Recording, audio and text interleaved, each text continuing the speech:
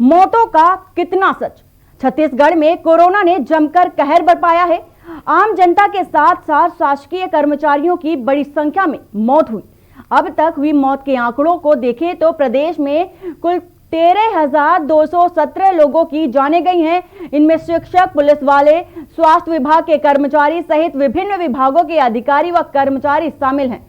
तृतीय वर्ग शासकीय कर्मचारी संघ का दावा है कि कोरोना महामारी की वजह से अभी तक 1,000 से ज्यादा लोगों की मौत हुई है, लेकिन ना तो केंद्र और ना ही राज्य सरकार की तरफ से इन लोगों के परिवारों को मुआवजा मिला है।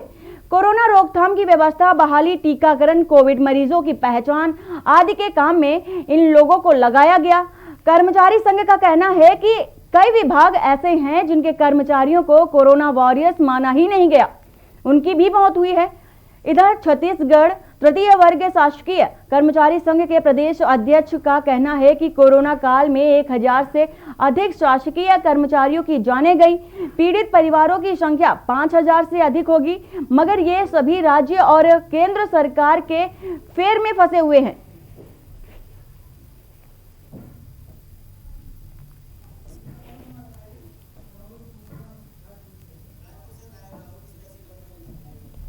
और इसी खबर को लेकर हमारे साथ रायपुर से राहुल मिश्रा जुड़े हुए हैं। जी राहुल, जिस तरह से कोरोना वॉरियर्स जिनको घोषित करना था, अब वही तृतीय वर्ग के जो कर्मचारी हैं जिनकी कोरोना से मौत हुई है, उनको कोरोना वॉरियर्स का दर्जा क्यों नहीं दिया गया? रोहित जी, हम आपसे जानना चाहेंगे।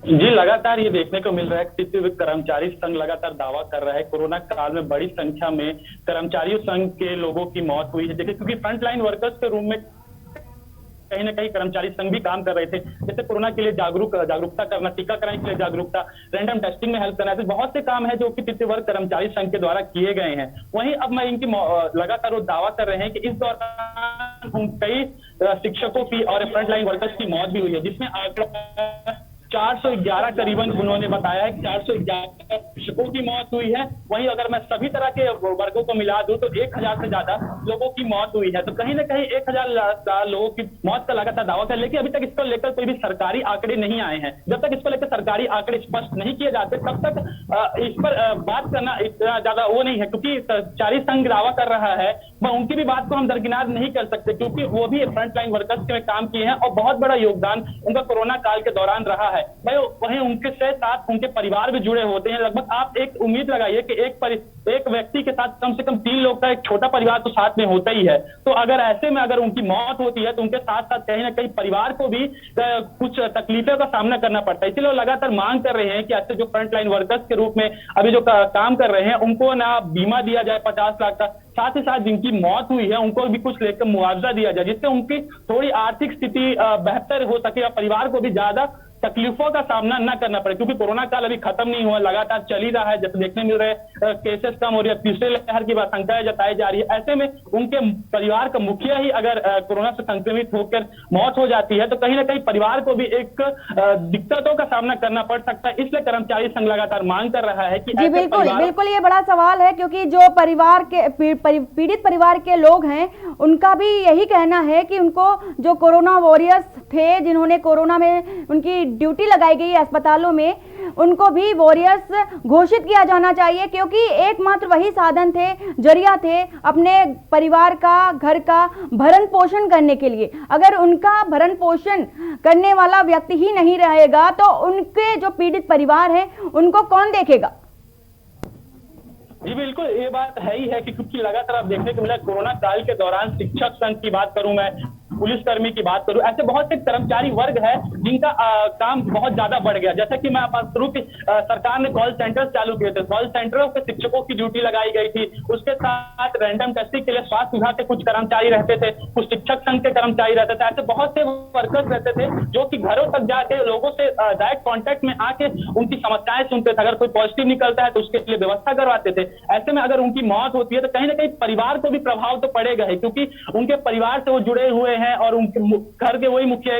कई ऐसे परिवार है जिनके सिर्फ एक ही व्यक्ति कमाने खाने वाला है, जो कि पूरे परिवार का भरण पोषण कर रहा है। ऐसे में अगर उनको फ्रंटलाइन वर्कर्स का दर्जा नहीं दिया जाता और कहीं ना कहीं स्वास्थ्य कर्मियों को और मैं बात करूं शिक्षकों को अगर मौत होती है तो परिवार को भी एक गहरा प्रभाव पड़ता है। सरकार को कुछ नीति बना के इनको भी लाभ देना चाहिए, क्योंकि इन्होंने भी लगातार कोरोना काल में तक लगभग 1.5 साल का समय बीत गया है। 1.5 साल से ज्यादा समय में ये लगातार काम कर रहे हैं, आगे आके फ्रंटलाइन वर्कर्स के रूप में काम कर रहे हैं। इसलिए सरकार को कुछ योजनाएं इनको भी देनी चाहिए, साथ ही साथ फ्रंटलाइन वर्कर का दर्जा देना चाहिए और जरूरत की कुछ सामग्री इनको और उपलब्ध करवानी चाहिए।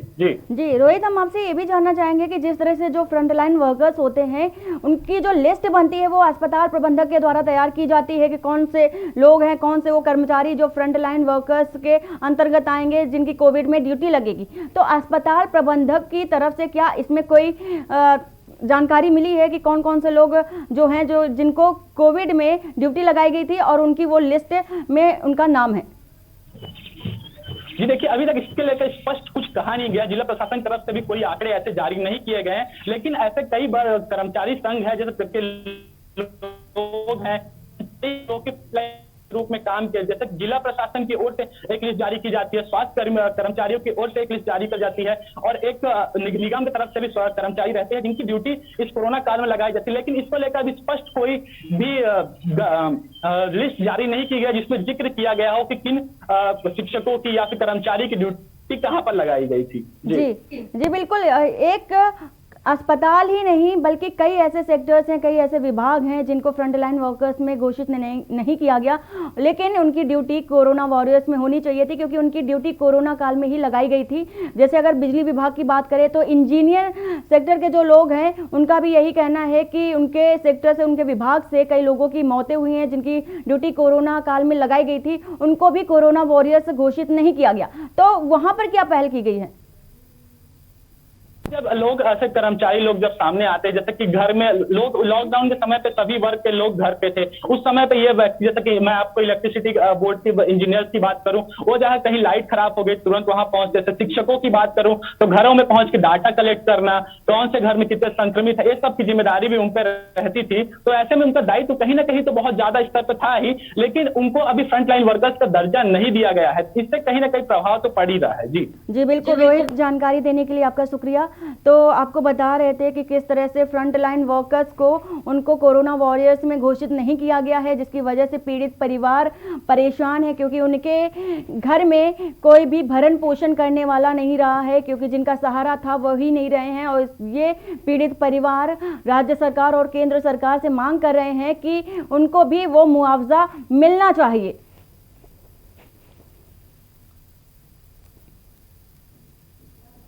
तस्वीरें आपके सामने हैं जिस तरह से कोरोना काल में वॉरियर्स की ड्यूटी लगाई गई थी और उन्होंने अपनी जो मेहनत है वो भी दिखाई थी।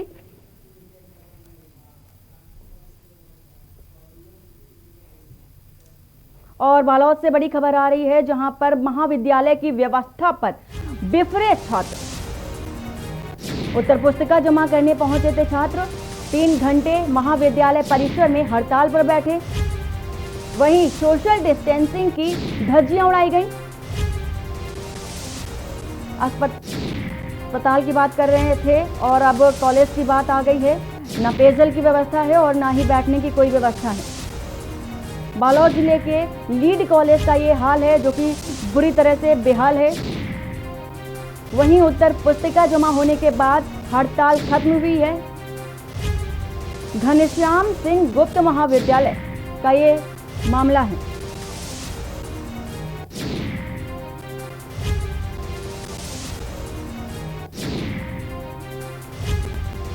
तीन घंटे महाविद्यालय परिसर में हड़ताल चली थी, जिसके बाद हड़ताल है खत्म हुई।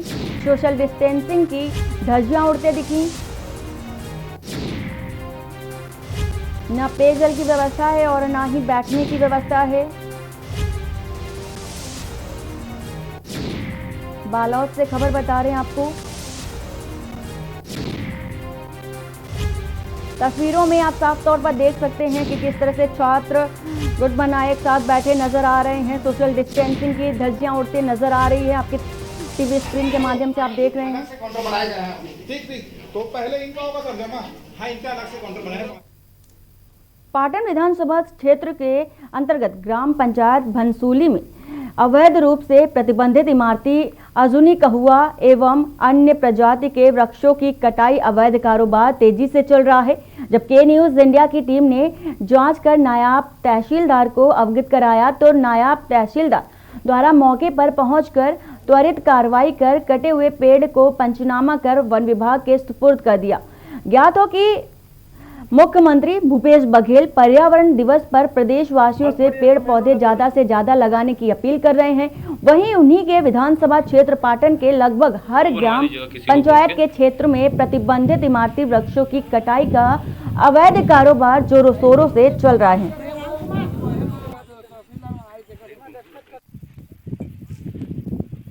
कटाई की सूचना ग्राम भनसूली में प्राप्त होते ही 5 मिनट के अंदर तत्काल कार्रवाई करते हुए मौके पर पहुंचा गया।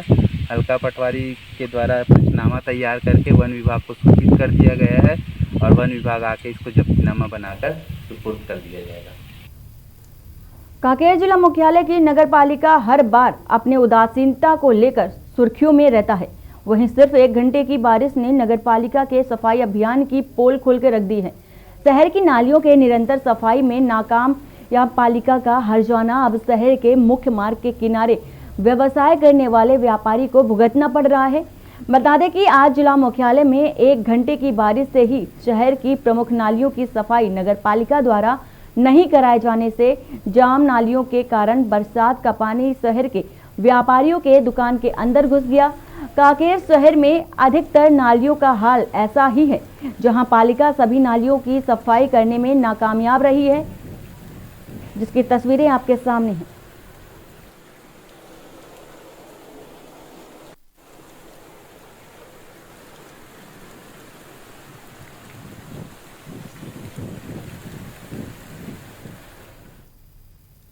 मुख्यमंत्री भूपेश बघेल ने कोरोना महामारी के चलते प्रदेश के गरीब परिवारों को बड़ी राहत दी है।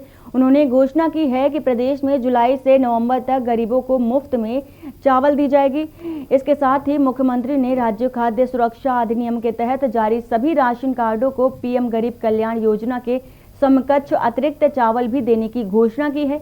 भूपेश बघेल की घोषणा से प्रदेश के 67,90,987 राशन कार्ड के 2,51,49,224 सदस्य लाभान्वित होंगे।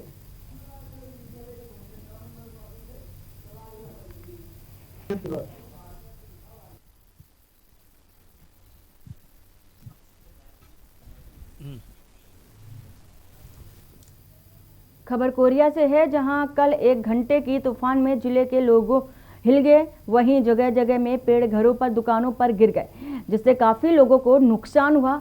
कई जगह पर बिजली के गाज गिरने से पशुओं की मौत हो गई। साथ ही तूफान इतनी तेज था कि बिजली के खंभे तकदीर के और पेड़ के गिरने से बिजली के तार टूट गए, जिससे रात भर बिजली ना होने से लोगों को दिक्कतों का सामना करना पड़ा।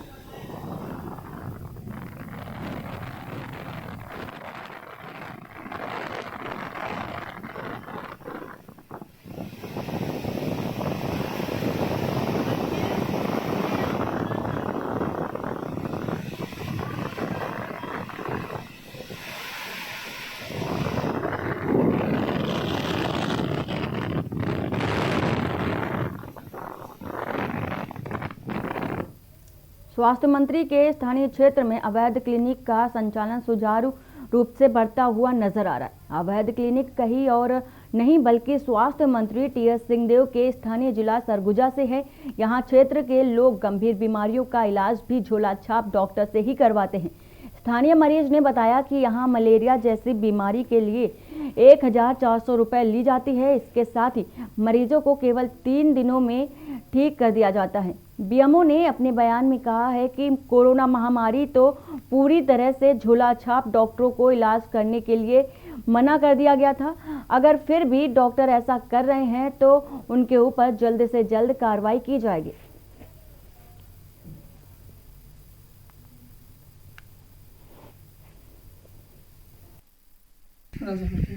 अच्छा, तो आपका स्थायी पता राजापुर ही है? नहीं नहीं, कोलकाता से। कोलकाता के हैं। तो ये राजापुर में कब से हैं आप? मैं तो 6-7 साल हो गए। कितना? 6-7 साल, मतलब 6-7 सालों से यहाँ आपका काम चल रहा है। क्या कारोबार नहीं, चलता है पूरा आपका? काम नहीं चल रहा है। अभी वहाँ पर दोस्तों का काम खेती बाड़ी भी है और छोटी मोटी भी लगभग कितना साल हो गया आपके यहाँ काम करते हुए? काम करने।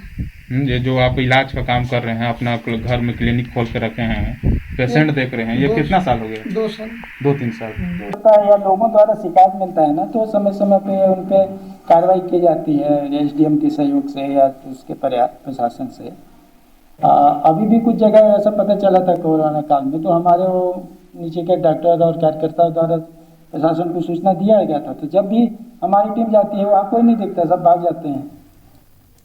बंसा में पुलिस आला अधिकारी के निर्देशन पर अवैध शराब के खिलाफ अभियान चलाया जा रहा है। इसी क्रम में चौकी प्रभारी भंवरपुर उमाकांत तिवारी ने मुखबिर की सूचना पर ग्राम चनाट में छापेमारी की। छापेमारी के दौरान पुलिस को एक घर में आरोपी अजय पटेल अवैध रूप से हाथ भट्टी से महुआ शराब बनाते हुए पाए गए, जिसके पास से 45 लीटर महुआ शराब और शराब बनाने जाने के लिए इस्तेमाल की जाने वाली सामग्री बरामद हुई।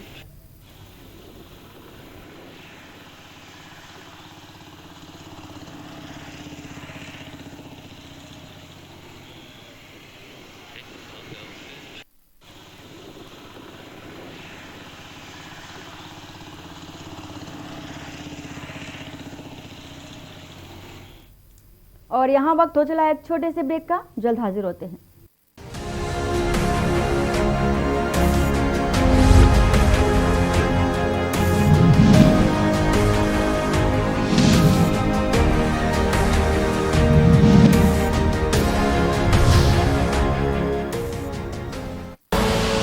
आप देख रहे हैं के न्यूज, खबरों का सारथी। पर ये दिल है कि चख रहा है उन्हीं अल्फाजों का दूर कितना भी जाओ, इस जुबान से दूर ना जा पाओगे। विमल, बोलो जुबान केसरी। और खुशबू में झूम के भाई लेके आए गोल्डी मसाले। गोल्डी मसाले, खुशबू और स्वाद ऐसा तो रिश्तों में गुस्सा कैसा। आप देख रहे हैं के न्यूज, खबरों का सारथी।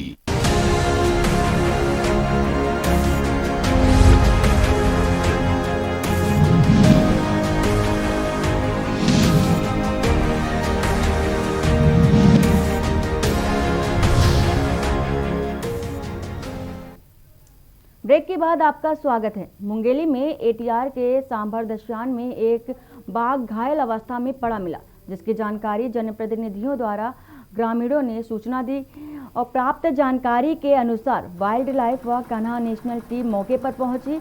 इस दौरान विभाग ने रेस्क्यू के लिए हाथी की मदद ली। आपको बता दें कि अब तक इस खबर की आधिकारिक पुष्टि नहीं की गई है।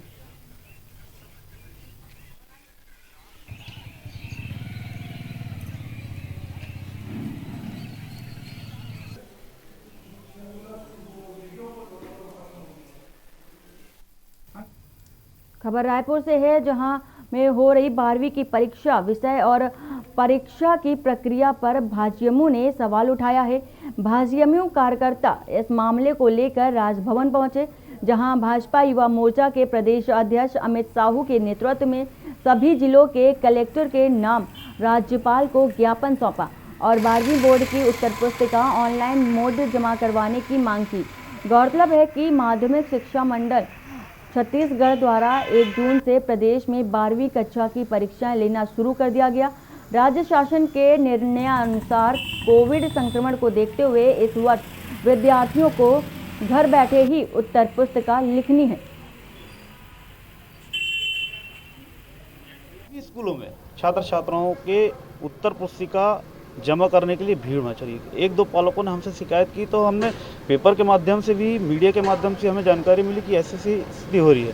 तो हमें कहीं ना कहीं चिंता है कि वर्तमान में छत्तीसगढ़ में 2,90,000 छात्र छात्राएं हैं जो 12वीं का एग्ज़ाम दे रहे हैं। कहीं ना कहीं वो संक्रमित होंगे, कहीं ना कहीं स्कूल के टीचर संक्रमित होंगे, स्टाफ संक्रमित होगा। अगर कहीं छात्र संक्रमित हो जाता है तो पुनः उनका पूरा परिवार संक्रमित होगा।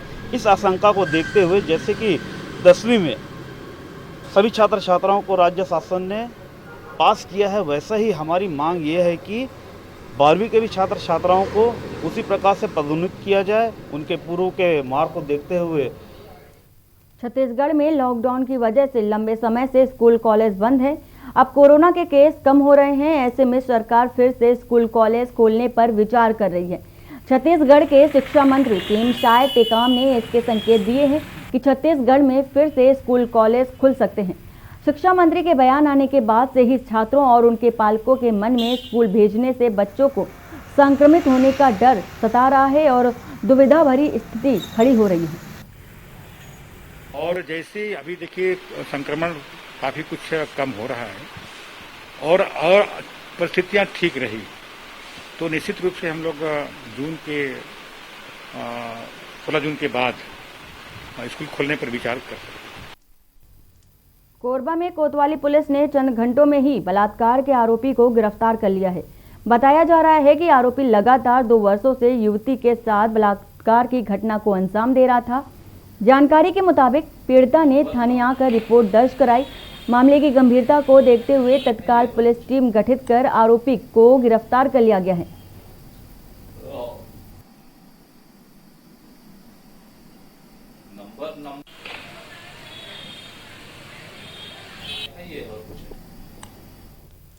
सुकमा के तोंगपाल में नशे में धुत वाहन चालक चौक पोस्ट को तोड़कर भागते समय गिरफ्तार कर लिया गया, जिसे police team motor vehicle act की धारा लगाकर न्यायालय के समक्ष पेश करेगी।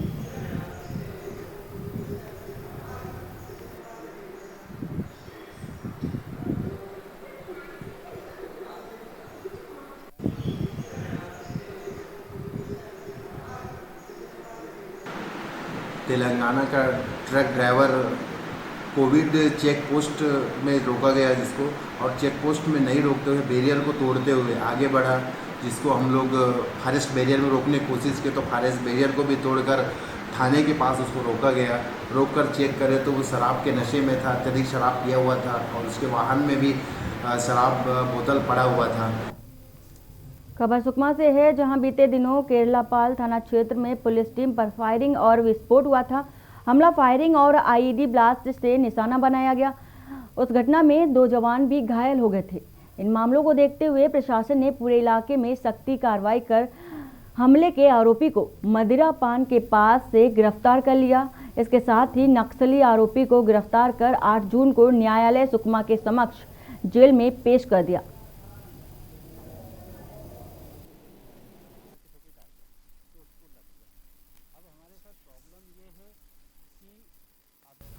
महामारी कोरोना काल में यात्री वाहन का संचालन नहीं होने से यात्री वाहन के ड्राइवर, कंडक्टर, हेल्पर, मुंशी, मिस्त्री की आर्थिक स्थिति दयनीय हो गई है। विगत 14 माह से वाहन खड़े हैं, ये सब बेरोजगार हो गए हैं। शासन द्वारा उन्हें आर्थिक लाभ की मांग को लेकर कलेक्टर पहुंचे और अपनी मांगों का निराकरण जल्द से जल्द करने की मांग की है। माह से पिछले महीने 2020 मार्च से हमारी बसें खड़ी है। लगातार बस कोरोना काल की वजह से बस का संचालन नहीं हो पा रहा है, जिस वजह से हम परेशान होकर के कई बार हमने गुहार लगाया राज्य शासन को कि डीजल का रेट बढ़ गया है तो हमारा किराया बढ़ा दिया जाए, और कोरोना काल की वजह से यात्रियों का अभाव है जिस वजह से हमारी गाड़ियाँ संचालित नहीं हो रही है, तो हमारा टैक्स को भी माफ़ कर दिया जाए। उसी मांग के संदर्भ में हम आज फिर से आए हैं, क्योंकि लॉकडाउन 1 तारीख से खुल चुका है। बसों का संचालन करने के लिए हमें हरी झंडी मिल गई है, उसके बावजूद भी हम मजबूर होकर के अपनी बसों का संचालन नहीं कर रहे हैं। कोरबा पुलिस ने सातिर गांजा तस्करों के खिलाफ बड़ी कार्रवाई की है। जिले के रामपुर पुलिस ने 2 गांजा तस्करों को गिरफ्तार कर लिया है, जो पिकअप वाहन में सब्जियों के नीचे गांजा छिपाकर ले जा रहे थे। पुलिस ने मुखबिर की सूचना पर कार्रवाई करते हुए दोनों को ढेंगुर नाला के पास से गिरफ्तार कर लिया है। आरोपियों से 27 लाख का 270 किलो गांजा बरामद किया है। फिलहाल पुलिस ने दोनों को गिरफ्तार कर न्यायिक रिमांड पर भेज दिया है।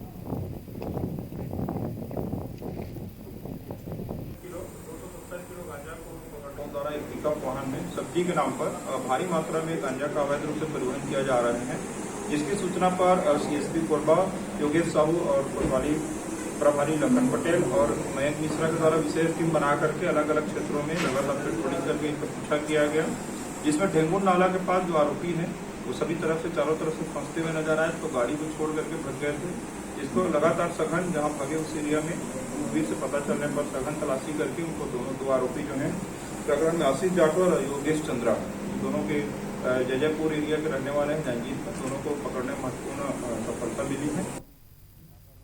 और बुलेटिन में फिलहाल इतना ही। बाकी की खबरों के लिए बने रहिए आपके न्यूज इंडिया के साथ। नमस्कार।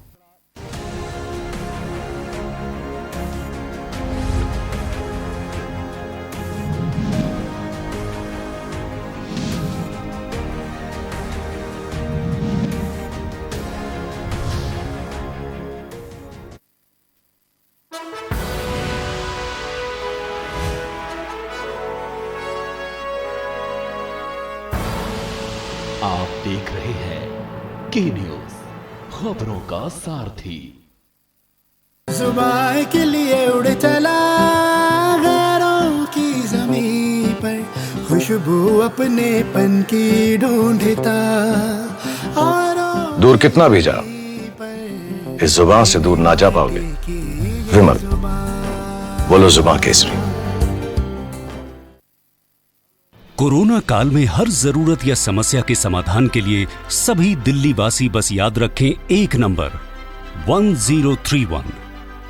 1031 पर आपको कोविड से जुड़ी सारी जानकारी दी जाएगी। किसी भी अन्य सहायता के लिए स्क्रीन पर दिए हुए नंबरों पर भी संपर्क कर सकते हैं। 1031 को सेव कीजिए और अपने नजदीकी रिश्तेदारों और दोस्तों को भी भेजिए। याद रहे दिल्ली 1031। दिल्ली